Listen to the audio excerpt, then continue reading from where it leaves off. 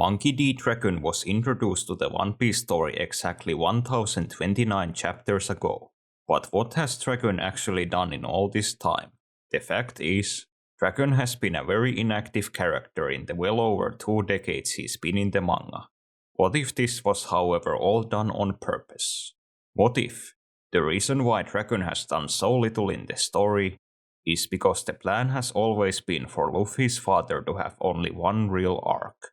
It could be that, of all the characters, Dragon will be the Whitebeard of the post-time skip, and that he will end up dying in a blaze of glory, in his first real arc in the story. A lot of fans may think that Dragon dying in his first arc would be a waste of his character, so let me argue why it would be the furthest thing from, and why this could actually be perfect for Dragon.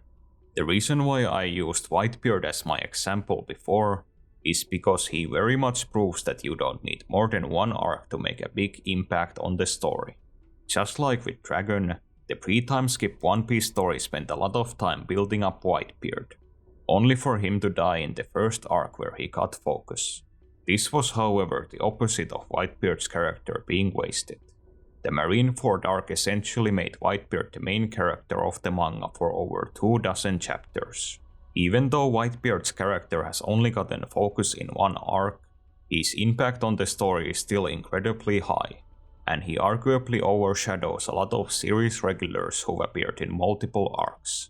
This idea of less is more could be repeated with Dragon, where, even if he is given the spotlight for only one arc, it might actually be better than him getting several arcs but with less focus. We'll later talk about how Dragon's personal arc could happen, but for now, let's talk a bit more about Whitebeard, as I think he is a very good example of what I think the story might be planning with Dragon. Part of the reason why Whitebeard during Marineford was so interesting was actually the fact that we'd seen so little of him before the arc. A very good example of this is his first real moment in the arc, when he arrives at Marineford.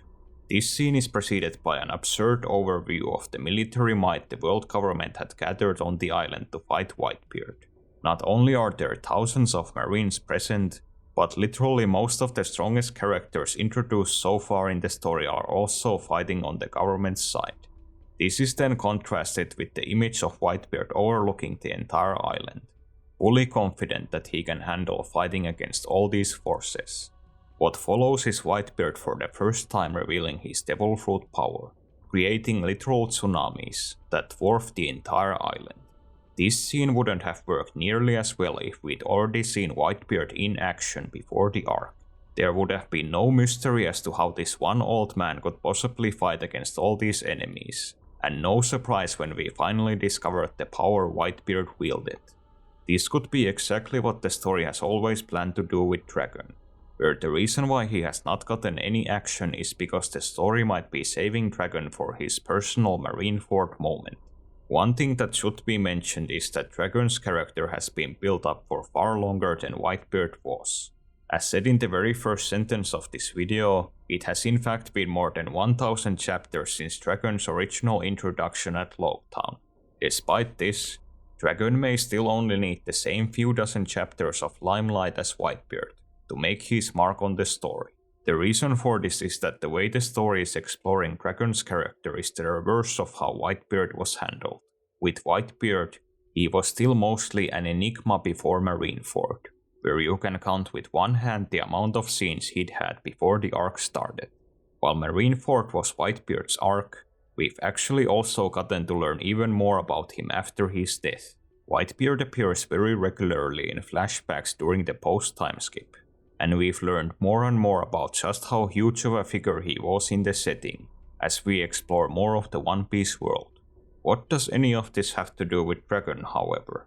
Despite Dragon still being an extremely mysterious character, unlike with Whitebeard, much of the groundwork on Dragon has already been done before his first real arc in the story. Over the years, bit by bit, we've discovered things like how Dragon founded the Revolutionary Army, his connection to Ohara, his past in the Marines, how he met Sabo, and his relationships with the different revolutionaries. While there's still a lot we don't know about Dragon, His character has at this point arguably been explored a lot more than other long build-up figures in the story, like Imu or Shanks. What this all means is that Dragon might actually be more ready for his part in the story to be concluded than a lot of fans realize. If the story decided to give Dragon his own Marineford, where the manga would focus on him for a couple dozen chapters and end in his death, it could be enough to tie everything together about Dragon, and he could even die being potentially one of the best characters in the story. This however leaves us with the big question: how would this actually end up happening? The video will next venture into more speculative territory, where we'll go over a huge battle between the world government and the revolutionary army that the story might be setting up for the final saga. Before we discuss this, however, it has come to my attention that my viewers have not done their duty and paid the heavenly tribute to this channel. The way I see it, this is pretty much treason. If you don't want to get an admiral coming after you, you better pay up by becoming a channel member as soon as possible. I will for now let you off with just this warning and continue with the video, but I hope you understand the gravity of the situation. The revolutionary army has now declared war on the celestial dragons, and things have only escalated since this declaration. These two factions are now essentially in a state of all-out conflict, with the government destroying Lucia Kingdom, the revolutionaries raiding the celestial dragons' food supplies, and Dragon now knowing that his enemy could end up sinking the entire world. What this also means is that both the government and the revolutionaries are on the clock. If the government does not deal with the revolutionaries soon, the chaos in the Holy Land will only escalate. Likewise, Dragon himself says that he wants to end things with the government quickly, before the world descends into chaos fighting over higher ground in preparation for the world sinking. What this all means is that the war between the revolutionary army and the world government could be coming to a head sooner rather than later. This could also be where Dragon's role in the story, after all these years, will be concluded. At the moment, it is genuinely possible that either side could attack the other. Dragon's words about higher ground could give a hint to his intentions, where he might actually be planning to assault the government on the Red Line, as it is the largest area of land above the sea on the planet. It is also possible that the government would be the ones coming for the revolutionaries, to solve the issue of the celestial dragon's food. Dragon is also certain that the government will deploy the Holy Knights against them, after they're stunned at the reverie. The government could also be further motivated to strike at the revolutionaries if they discover that Sabo is alive, wanting to hide Imu's existence at all cost. Regardless of when and where this battle will happen, or who will attack whom, it does seem likely that we will see a major clash between the world government and the revolutionary army in the near future. It is also very likely that Dragon would be the government's top priority target in a situation like this, as the founder and leader of the entire revolutionary movement, as well as the world's worst criminal. Eliminating him would undoubtedly be the most surefire way for the government to end the revolutionary threat. I will next share some ideas on how this battle could actually go down, and which characters could be involved. If the government wants to have any chance at beating Dragon and the revolutionaries, they would have to send some serious heavy hitters on this mission. Dragon is clearly very strong, where Ivankov during the Summit War thought that there was no way the world government would challenge both Whitebeard and Dragon at the same time. Dragon's skill in combat is also seen in the fact that he is the one who trained Sabo, turning him into a fighter who's so strong that he can even hold his own against admirals. What this basically means is that the world government would have to deploy their best if they wanted to take out Dragon.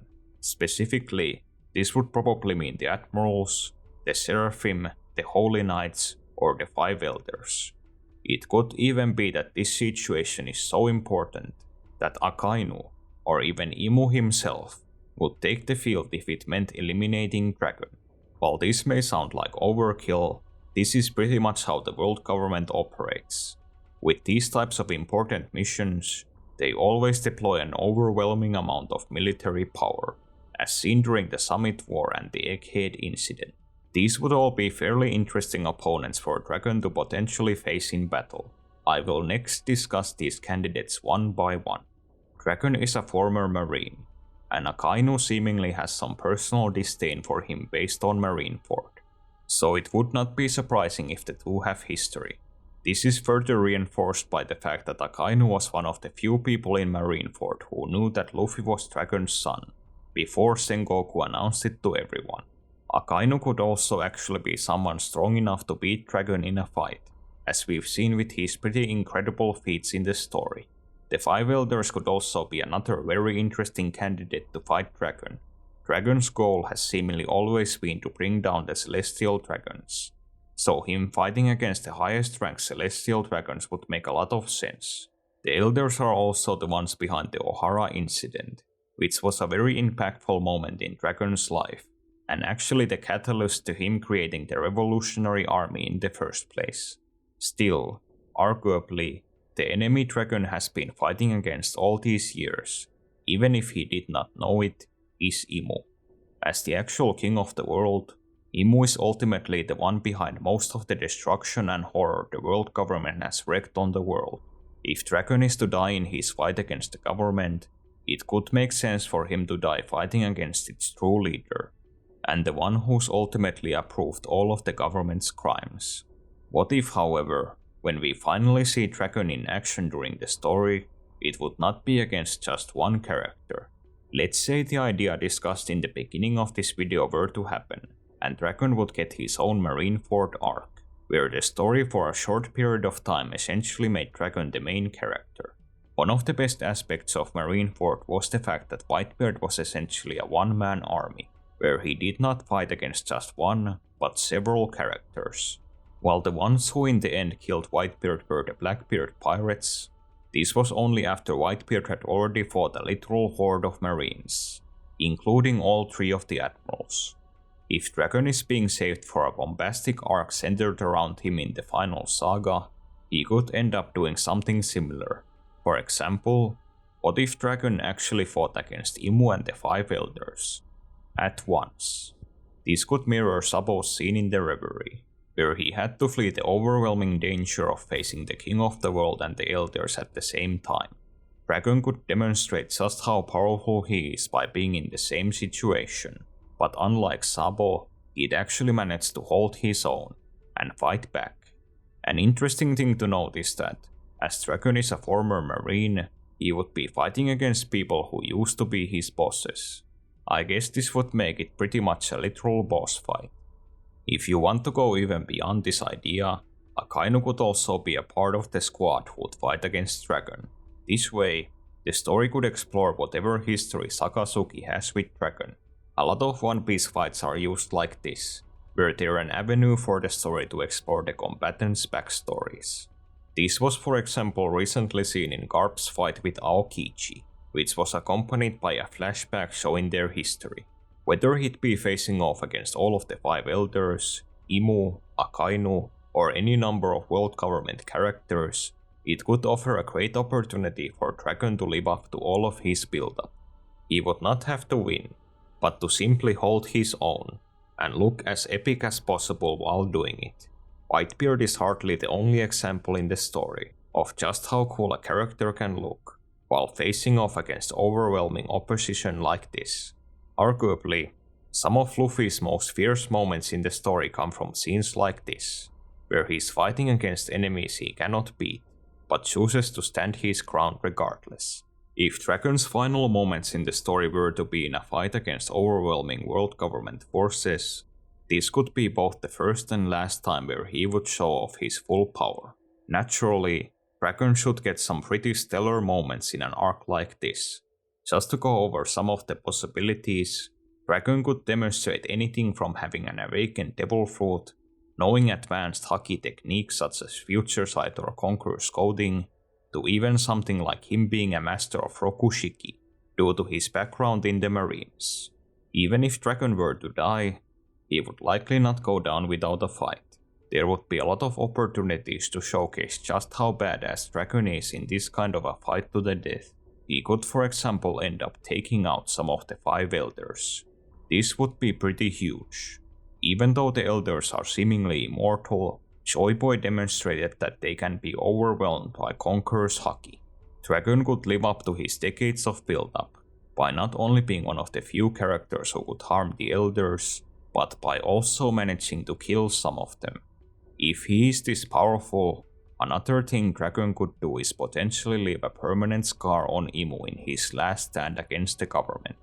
This is something that happens with a lot of One Piece villains, where someone manages to scar them before they finally meet their end.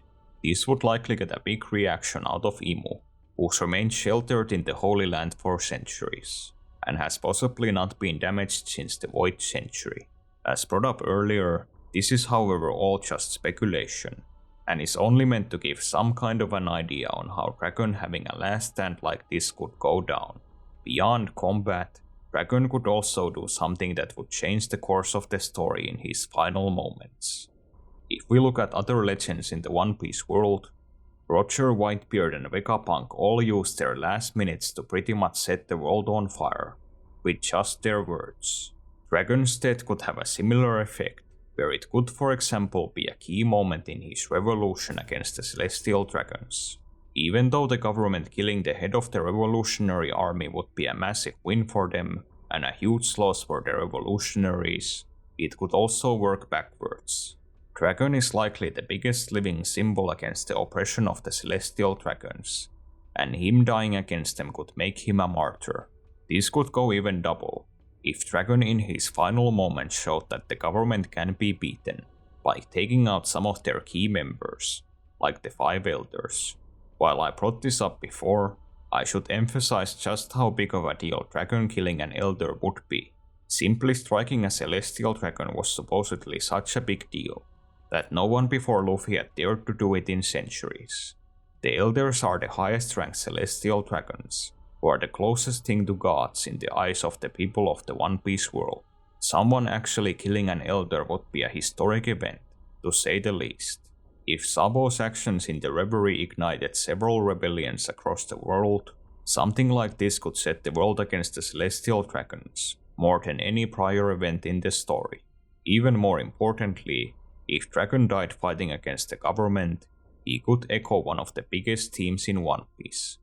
People only die when they're forgotten. This idea was first mentioned by Dr. Hiroluk, who before being shot, declared that he would not die, as he would still live on in the memories of Chopper, Kureha, and other people close to him. We later learned that Goldie Roger had this exact same belief, where his last words to Rayleigh were that he was not going to die, despite Roger already knowing that he was going to be executed in the near future. Just like Roger's final moments made him immortal and caused the entire world to start looking for the One Piece, Dragon could do the same and make his own death further ignite the flame of revolution throughout the world. Dragon was actually present at Roger's execution, so it is actually possible that he was inspired by the Pirate King's final moments. He would have a very clear example of just how much the death of such a well-known figure can change the world. Knowing his own worldwide reputation, it is even possible that Dragon has always planned to make use of his death like this, in case he became a casualty in his war against the Celestial Dragons. The One Piece world is already rebelling against the government unlike ever before, and what Dragon could do with his death is throw an entire tank of gasoline on this fire.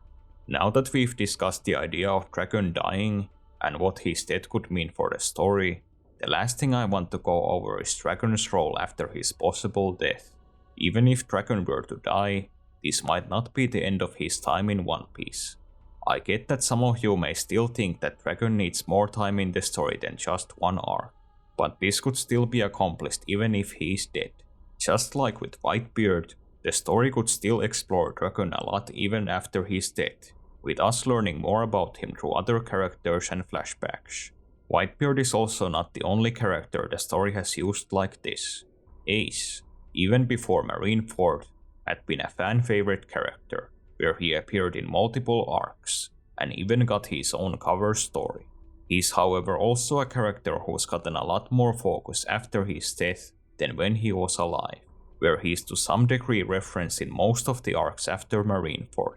and he even got his own 2 canonical light novels. In a poll I did on my channel last year, the majority actually thought that the Ace we've seen in flashbacks is actually more interesting than the one we've seen in the present story, as Dragon is clearly someone who's lived a very eventful life. Just like with Ace and Whitebeard, we could still keep finding out more about what he's done in the story, even if he died. I am not so much trying to convince you that Dragon absolutely has to die in the middle of the final saga. This video is simply meant to give you the idea that it would not be a waste, and that his character can still very much live up to his potential if this did indeed happen. Even if Dragon were to die in a grandiose way, where he would deliver a major blow to the government and further ignite his revolution across the world, this is not to say that his death would be all peaches and cream, however. To make one final comparison to Whitebeard, after his death, the surviving Whitebeard pirates and their territories were overrun by other pirates and the government, with the crew being completely scattered. Even if he died a martyr, Dragon's death would be a great personal tragedy to all the revolutionaries and the other characters close to him in the story. The revolutionary army would be left leaderless, and they'd have essentially lost their best weapon against the world government. However, this loss could also herald the next phase of the revolution. As said in the beginning of this video, the story might very well be setting up Sabo to become Dragon's successor in the future. If Dragon did die and the revolutionaries were left in ruins, this could be Sabo's big character moment in the story, where he would pick up the torch, rebuild the army, and then end up avenging Dragon and finishing the revolution in the story's climax. I wanted to actually finish this video by talking about Sabo, and how he actually differs from the other right-hand men in the story, and why he would probably make a great leader for the revolutionary army. As usual though, the video got too long, and I had to split the script. The next video on this channel is going to be about Sabo as the future leader of the revolutionaries, which you can watch by clicking here if it's already uploaded. Other than that, thanks a lot for watching this video to the end.